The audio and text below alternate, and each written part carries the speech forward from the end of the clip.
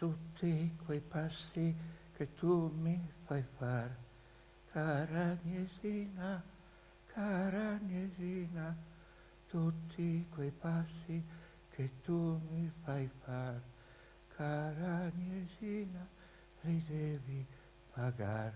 Cantava con voce piccola mio padre, ricorda Agnese, cantava per lei e lei era al sicuro tra le sue braccia, la voce era esile, un po' insicura, un po' forzata, qualcuno l'aveva cantata anche a lui quella canzonetta. Si chiede ora a Agnese da dove veniva.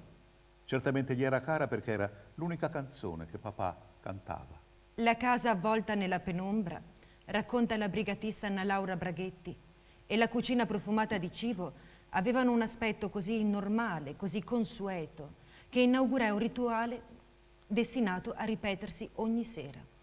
Feci girare sui cardini la libreria dello studio e aprì l'occhiolino magico sulla porta della cella per capacitarmi che Aldo Moro fosse là davvero, prigioniero, in casa mia.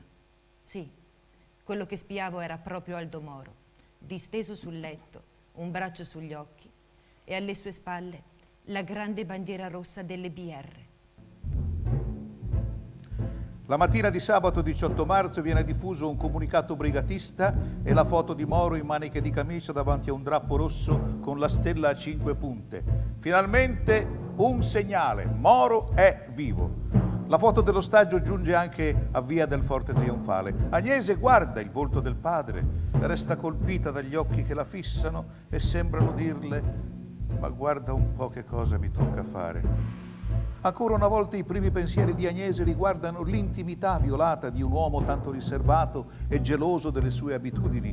Mostrarsi con la camicia sbottonata, la canottiera in vita, per lui deve essere stato proprio un patimento. E poi come farà a stare chiuso in una stanzetta lui che era abituato a camminare tutti i giorni almeno per un'ora? E quel fastidio agli occhi per via della cataratta gli darà un po' di tregua. Chi è Aldo Moro è presto detto. Dopo il suo degno compare De Gasperi, è stato fino ad oggi il gerarca più autorevole, il teorico, lo stratega indiscusso di quel regime democristiano che da 30 anni opprime il popolo italiano. Così hanno scritto nel loro primo comunicato le Brigate Rosse.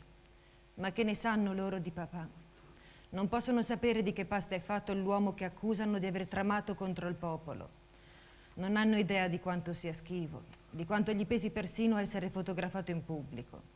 Non sanno che quando alla Camera si votava il patto atlantico, lui non c'era perché gli stava nascendo una figlia e aveva preferito rimanere accanto alla moglie piuttosto che a Montecitorio. Tutti quei passi che tu mi fai fare, cara Agnesina, li devi pagar.